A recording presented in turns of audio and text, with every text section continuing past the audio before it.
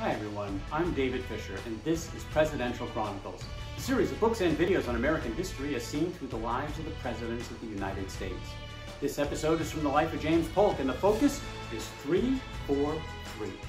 The year is 1845, and Polk is now President of the United States, and one agenda item is sort of off his plate because it was his predecessor, John Tyler, that got the signatures on the agreement to bring Texas into the American Union just a couple of days before Polk took his oath of office. Now that would take a few months to work its way through the final signatures, and Texas would become a state under Polk's watch, but it really accomplished by Tyler and not a major push necessarily for Polk and his bold agenda, which really had four major items.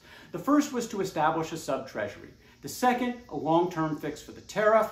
The third was to resolve the border dispute that the Americans had in the northwest area of the Oregon Territory. And the last, acquire more land from Mexico.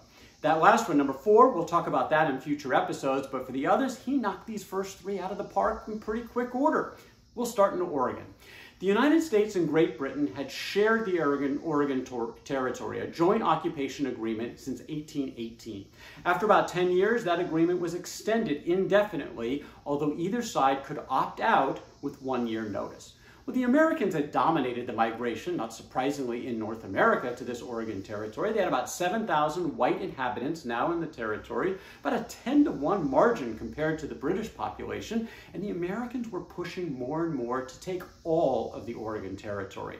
A slogan, 54-40 or fight, came along, where Americans were pushing, let's go to the top of the Oregon Territory, that parallel at 54-40, let's take it all, or we should be willing to fight a war with Great Britain to get our territory. In fact, Polk was pretty clear in his inaugural address. He said our title to the country of Oregon is clear and unquestionable, and already are our people preparing to perfect that title by occupying it with their wives and children. Well, the British strongly objected to that statement and strongly objected to this notion of 54-40 from the Americans.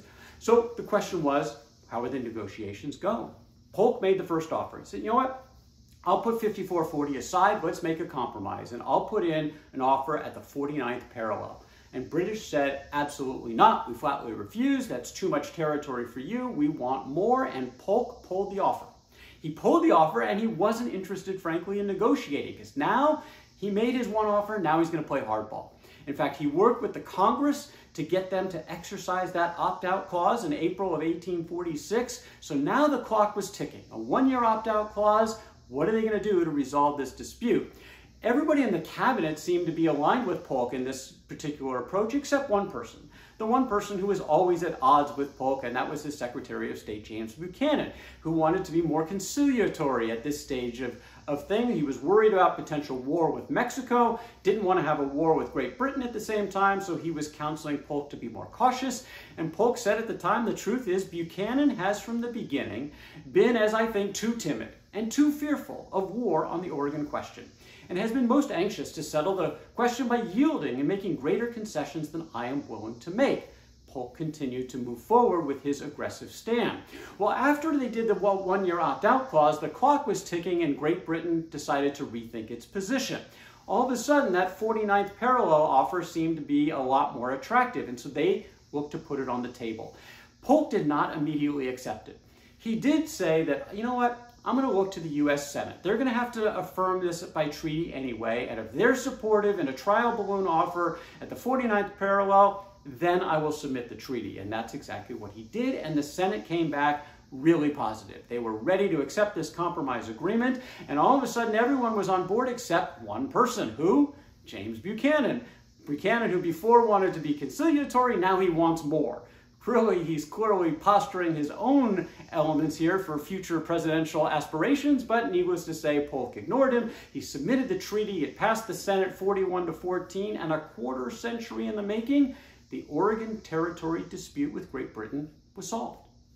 Domestically, we now look to the Treasury Secretary Robert Walker as the key partner for President Polk in his domestic agenda. And the first item was how to manage the federal funds. And this had been an issue since the George Washington administration. Should we have a national bank? Should we not have a national bank? Is it good policy? Is it constitutional? Back and forth.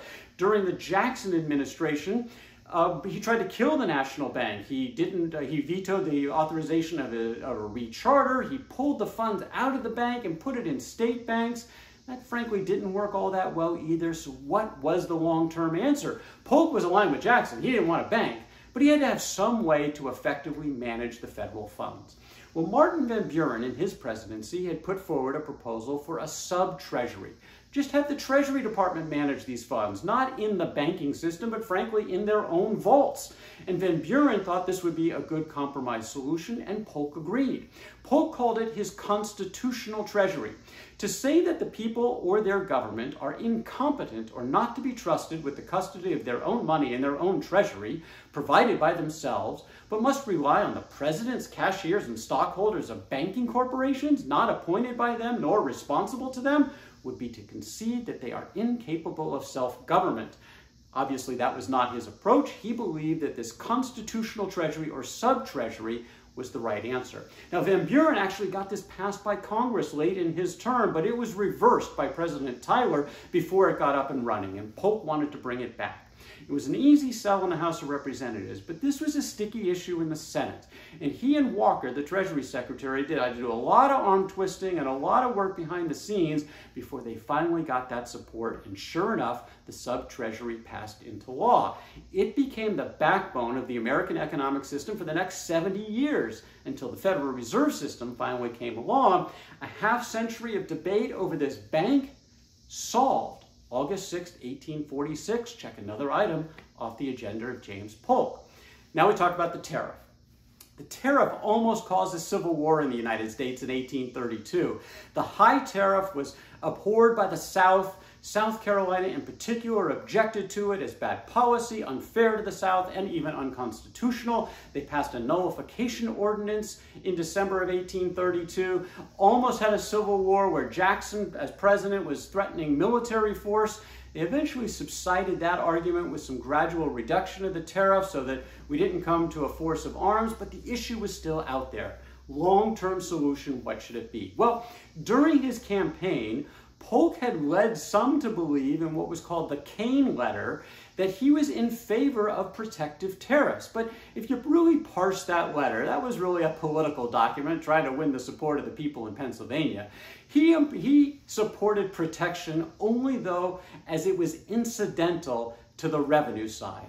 The tariffs, which were taxes on imports, that was the main way the federal government was funded. And Polk believed, like most of the Jeffersonian and Jacksonian persuasion, that revenue was all they wanted, enough revenue to support the operation of the government. Others thought the tariff should be higher and provide protection for nascent American industries in their competition with international folks to get more domestic sales. Polk was not in favor of this. And so he set out to not only lower the tariff, but to do something else, to actually change the way it was calculated.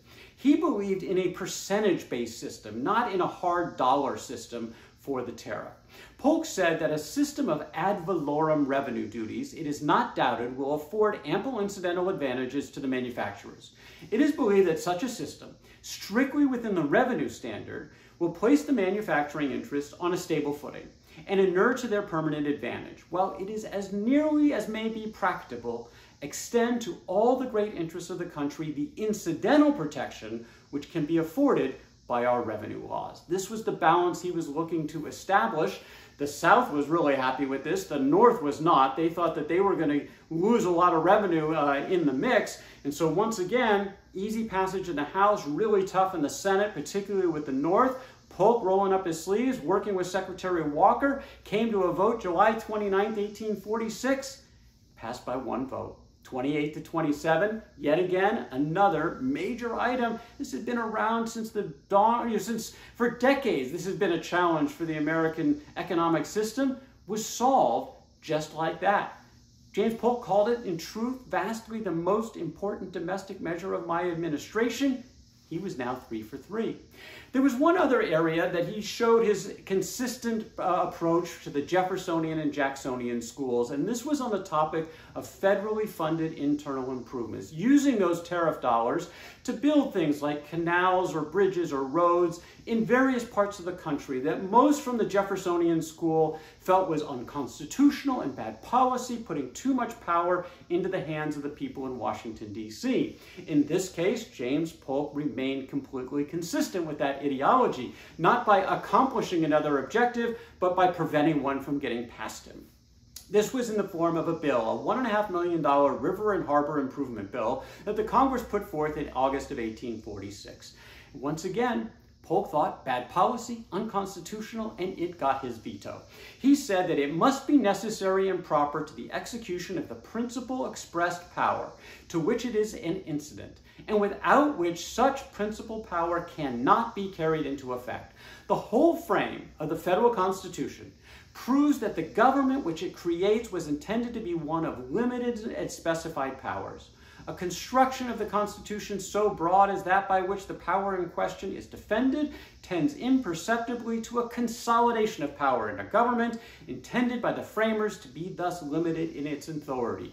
Purely Jeffersonian, Jacksonian, this would become a dying sentiment over time, but right now James Polk was going to hold the line. In less than 2 years, significant accomplishments by James Polk. Some of these big ones, the Sub-Treasury, the Tariff, resolving the Oregon dispute, these had been around for decades, and he solved them consistent to that Jeffersonian, Jacksonian ideology. Even more impressive, he did it at the same time he was taking his country to war. But that's the story for another day. That is James Polk and 3 for 3 from the life of James Polk. For more Presidential Chronicles, check out my books on Amazon.com, and don't forget to subscribe to my YouTube channel. Until next time, I'm David Fisher, and this is Presidential Chronicles.